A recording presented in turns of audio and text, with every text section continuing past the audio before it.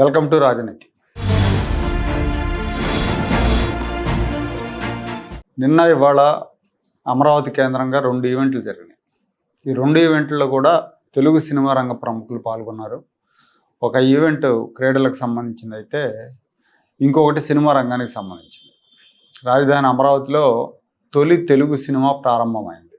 నందమూరి బాలకృష్ణ 112వ సినిమాకు రాష్ట్ర మంత్రి నారా లోకేష్ క్లాప్ కొడితే మరో మంత్రి కందుల దుర్గేష్ కెమెరా స్విచ్ ఆన్ చేశారు. చెరుకూరు సుధాకర్ నిర్మిస్తున్న ఈ సినిమాకు కొరటాల శివ దర్శకుడు. ఈ సినిమా కథానాయకుడు బాలకృష్ణ మూలాలు అమరావతికి 50 కిలోమీటర్ల దూరంలో ఉన్న నిమ్మకూరులో ఉన్నాయి. అలాగే దర్శకుడు కొరటాల శివ స్వస్థలం అమరావతికి ఆనుకునే ఉంటుంది. నిర్మాత స్వస్థలం కూడా అక్కడికి దగ్గరలోనే ఉంటుంది. అసలు తెలుగు సినీ రంగ ప్రముఖుల్లో 80% అమరావతికి అటు ఇటు ఉన్న 3-4 జిల్లాల వాళ్ళే. కానీ రాష్ట్ర విభజన జరిగి 12 ఏళ్ళైనా ఒక్క పెద్ద సినిమా హీరో కానీ, నిర్మాత కానీ, దర్శకుడు కానీ ఆంధ్ర వైపు చూడలేదు. ఆంధ్రాలో షూటింగ్లు చేయడానికి రాలేదు. తొలిసారిగా బాలకృష్ణ వచ్చారు. సొంత ప్రాంతం మీద ఆయనకున్న ప్రేమ, అమరావతి మీద ఆయనకున్న కన్విక్షన్ బాలయ్యను అమరావతికి రప్పించింది. రాజధాని అమరావతిలోని వెంకటేశ్వర స్వామి దేవాలయం సమీపంలో బాలయ్య కొత్త సినిమా మొదలైంది. సినిమా, రాజకీయ రంగ ప్రముఖులు చాలామంది హాజరయ్యారు ఈ కార్యక్రమానికి. ఈ సందర్భంగా బాలకృష్ణ మాట్లాడుతూ 20 ఏళ్ల తర్వాత ఆంధ్రప్రదేశ్లో పెద్ద సినిమాకు క్లాప్ కొట్టామని చెప్పారు. అంటే 20 ఏళ్ళుగా పెద్ద సినిమాలు ఏమి షూటింగ్లు జరగలేదు ఆంధ్రాలో. సినిమాల మీద వచ్చే రెవెన్యూలో 70% ఆంధ్రప్రదేశ్ నుంచి వస్తే తెలంగాణ నుంచి 30% వస్తుందని బాలకృష్ణ చెప్పారు. నిజం చెప్పడానికి ధైర్యం కావాలి. ఆ ధైర్యం బాలకృష్ణలో ఉంది. కాబట్టే ఆంధ్రప్రదేశ్ నుంచి ఎక్కువ ఆదాయం వస్తుందని చెప్పారు. ధైర్యంగా చెప్పారు. అందరూ చెప్పలేరు.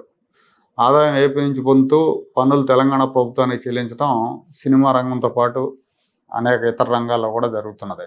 సినిమా పెద్దలు హైదరాబాద్ వదిలి రావడానికి ఇష్టపడరు.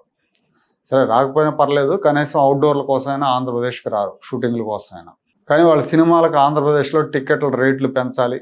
పెంచకపోతే ఊరుకోరు. ఫ్యాన్స్ కూడా రెచ్చిపోతారు. అలాగే తెలంగాణలో పెంచకపోయినా అడిగే ధైర్యం అయితే చేయరు.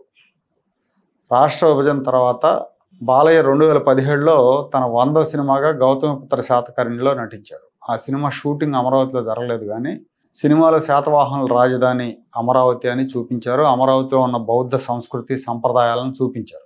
సినిమా పరిశ్రమ ఆంధ్రప్రదేశ్కి రావాల్సిన అవసరం ఉంది అని బాలకృష్ణ చెప్తున్నారు. 2 ప్రముఖ హీరోలు ఆంధ్రప్రదేశ్లో కీలకంగా ఉన్నారు. బాలకృష్ణతో పాటు ఉప ముఖ్యమంత్రి పవన్ కళ్యాణ్ కూడా అనుకుంటే అది ఖచ్చితంగా జరిగే అవకాశం ఉంది. ఇక క్రీడా రంగానికి చెందిన ఈవెంట్ మంగళగిరిలో జరిగింది. మంగళగిరి స్టేడియంలో ఆంధ్ర ప్రీమియర్ క్రికెట్ లీగ్ 2020 మ్యాచ్లకు తుది దశ ప్రారంభమైంది. మొదటి 2 దశలు వైజాగ్లో, కడపలో జరిగాయి. ఇప్పుడు ఫైనల్ స్టేజ్కి వచ్చింది. మ్యాచ్లు జరుగుతున్నాయి. మంగళగిరి స్టేడియం యాక్చువల్గా మొన్నటిదాకా కూడా అనామకంగా పడి ఉంది. 2013లో ఆంధ్ర క్రికెట్ అసోసియేషన్ వాళ్ళు దీని నిర్మాణం ప్రారంభించారు. ఈ డిజైన్ లోపాలు, నిర్లక్ష్యం మూలంగా చాలా కాలంగా అసంపూర్తిగా ఉండిపోయింది. కూటమి ప్రభుత్వం మళ్ళీ వచ్చిన తర్వాత పనులు మొదలుపెట్టారు. 80% పనులు పూర్తయినాయి. తొలి రోజు అట్టహాసంగా పోటీలు ప్రారంభమైనాయి. ప్రేక్షకులకు ఫ్రీ ఎంట్రీ ఇచ్చారు. 10,000 మందికి పైగా ప్రేక్షకులు వచ్చారు క్రికెట్ మ్యాచ్లు చూడటానికి. First day hero Ram Charan గెస్ట్గా వచ్చారు. ఆంధ్ర క్రికెట్ అసోసియేషను ప్రేక్షకులు రామ్ చరణ్కు ఘన స్వాగతం పలికారు. ఆయన స్టేడియం మొత్తం కలిగి తిరిగాడు. మంగళగిరి స్టేడియం అంతర్జాతీయ ప్రమాణాలతో ఉందని మెచ్చుకున్నారు.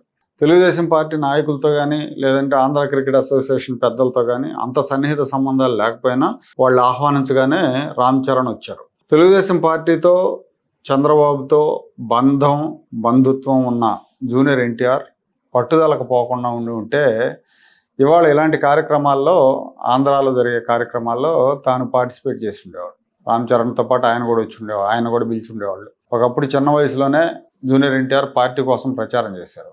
2009 ఎన్నికల్లో ఉమ్మడి రాష్ట్రంలో ఎన్నికల ప్రచారం చేశారు. కానీ ఆ తర్వాత కాలంలో ఆయనకు పార్టీకి దూరం పెరిగింది. ఎవరు ఒప్పుకున్నా ఒప్పుకోకపోయినా ఇది నిజం. ఈరోజు పార్టీ వైపు చూడటం లేదు ఆయన.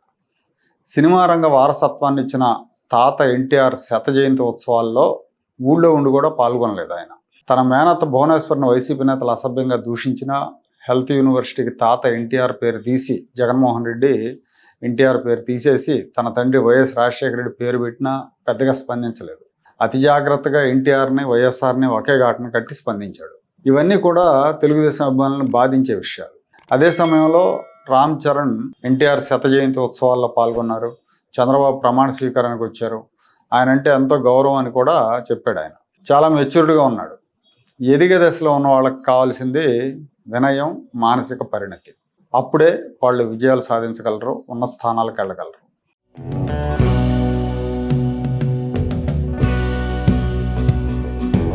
Like, share and subscribe to Rajaniti channel.